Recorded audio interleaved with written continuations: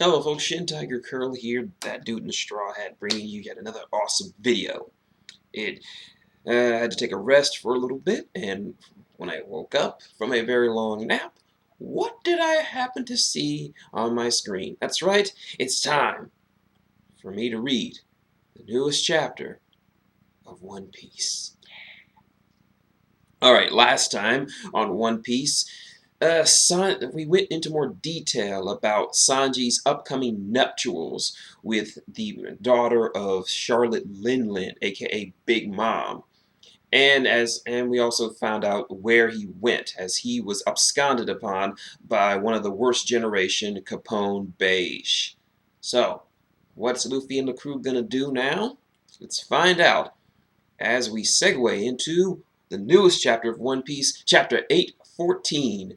Let's go see Master Nekomamushi. And the cover is still the from the decks of the Round the World 500 Million Berry Man arc. And as we visit Drum Kingdom, home of Chopper's home, as we see his teacher and foster mother, Dr. Karena, looking on at her son's success, along with the ruler of Drum Island, Dalton, as well as some new helmets for the soldiers that look suspiciously like Chopper's head. It says Volume 8, Drum Kingdom, a design change for the soldiers' helmets. So anyway, we're going in. Just looking at some very, very pretty fan art.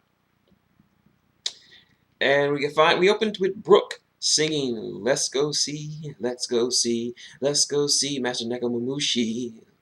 That's actually pretty good. So anyway, I think we're still in the flashback. Let's see. Let's see. Someone's asking where Caesar and Sanji are, and Nami says they weren't kidnapped, they just chose to leave. Wow, that's Nekomamushi, yep. So he says, Wanda, that's correct. Wanda Carrot, this incident. Our friends here are trying to ask us to forget about it, but they don't want to be so rude as to say it out loud. Catch their drift. Also, we'll be taking care of PCOMs. There's no reason to get the day fools in a tizzy over this, I see. And of course, Nami thanks him. And he said, no, we can't have you looking out for us all this time. Besides, we're the ones who should be thanking you. And Brook talks. He says, Master Nekomamushi is a lonely one. When I think of him, an image comes to mind. A pure smile that basks in the moonlight. My eyes gleam as I gaze upon him, but under the light of the sun he puts on airs. He lives alone, giving it his all. Yep. That's a nice song, Brook. And we cut back to the present. And Robin comments that it's a lovely song. Is that who he really is? And asks if Nekomamushi really is like that. He's like, nope! You're like, what do you mean, nope? Like, I'm singing about how I imagine him to be. And Luffy speaks, okay guys, Sanji said there's this chick he really needs to see quick. Does that mean he's going to get married? And Nami answers, perhaps, perhaps not, we don't know. He had a sort of resigned, resolute look on his face when he said it. But he says he'll be back. He says he'll be back, promise. I get it, so he's going to bring his bride back with him. That means our crew's going to have another member. Luffy's so simple. The bride is and Brook informs him that the bride is the daughter of an emperor, which means that after his marriage, that the entire crew will be all underlings under Big Mom's crew. That's just how it works. And Brook says that Sanji must feel the same way. He's adamant about going against the idea of the entire crew serving under Big Mom. And that's exactly why I think, what if he can't escape this marriage? And Chopper chimes in, that's right. Knowing him, he's probably thinking of cutting himself off. And he thinks, and Luffy thinks that Sanji is going to quit the crew. He won't, as he's not having that. and he says he probably found a way out of it to get us out. He has found a way to get us out of there. Had he wanted to he would have been able to come with us. The fact that he wrote this letter means that he's going to go. That he'd have to go. Poor Sanji. And let's see, Usopp brings up the topic of his relatives. The key to all this is it his father, his mother. They don't know because they were. Let's see. We know if they were in the North Blue because they're not from the North Blue, but they crossed into the East Blue and then into the New World. Pretty crazy stuff, because getting from one ocean to another in the One Piece world isn't as simple as sailing across imaginary lines. It's extremely difficult to do so. So just being able to move from one ocean to another takes a lot of resources to actually pull off. So they must be a pretty well-off family. But anyway, Robin talks about the name Vinsmoke, or Vinsmock, whichever you want to pronounce. She says she felt like she heard that name before. Brooke is suspiciously quiet. And she apologizes, and Nami apologizes that they couldn't hold them back, at least until everybody got there. And Robin's like, Sanji was the one who didn't give you guys any options. You weren't responsible for this in the least. And of course Chopper's crying and wondering if they'll ever see him again. Zoro's like, that's that then. He's like, granted, it's the way it stands. He's up and gone without so much as a thank you for everything, or a sorry for all the trouble. Take a minute to think. We're on a bit of an express train here. Caesar told us, didn't he? The smile that Doflamingo was making, it was intended for Kaido. Just as we angered Doflamingo by destroying the lab in the Punk Hazard, our destruction of the factory in Dressrosa angered none other than the Emperor Kaido. Just like Jack, the man who destroyed this country, Kaido and his goons are no longer some far-off threat. It's just a matter of time until they chase us down and demand payback in cold blood.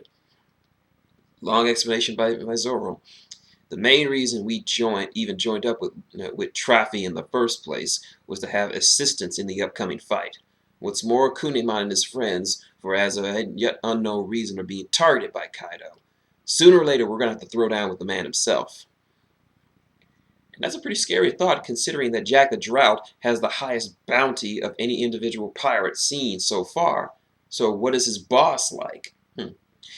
So in the midst of all this, that curly-eyed idiot goes and sticks his nose in the business of another emperor, Big Mom.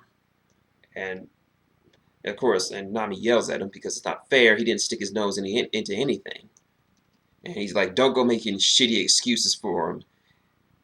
And their two are arguing back and forth. And Luffy says, we're never going to find out what happened if we just sit around and argue about it, so let's go ask Sanji himself. And Zoro tells him to drop it.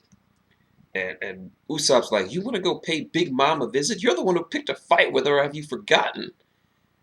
And Frankie's like, we can't just march in there without a plan or strategy, we'll get crushed.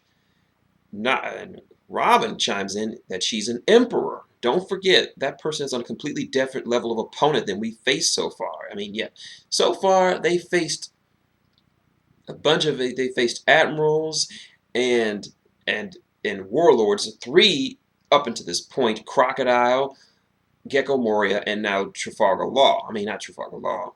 Well, they did kind of face him, but and Don Quixote Doflamingo. But this is an emperor, a pirate on the same class as Shanks and Whitebeard.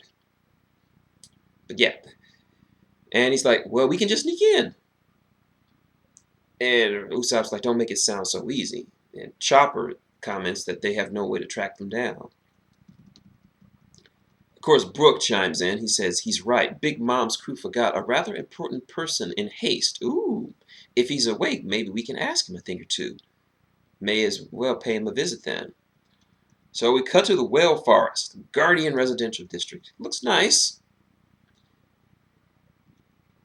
Yeah, it's a nice little splash page. Look at this. Look at this. Look at this. Big ass castle. Look at that shit. So they get greeted by everyone. They get a nice hero's welcome.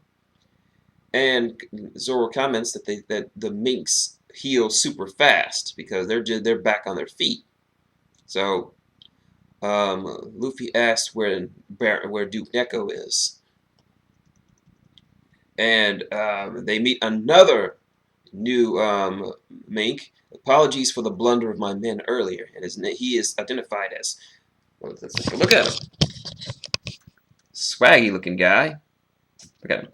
That is White Forest Guardians Captain Jaguar Mink Pedro in the trees. Yeah. So he apologizes for the blunder of his men. We may have gotten a bit oversensitive to intruders. And Luffy asks where he was, and he's like, in the trees. Anyway, Beppo and the others are waiting. He asks to see he wants to see Nekomamushi and the lion mink Pekomamushi. And he whispers to Luffy, if you mean Pecoms, you're in luck. He's awoken. He's in the building in his back. We've been keeping this secret from everyone else. Sanji's a good guy. If there's anything we can do to help.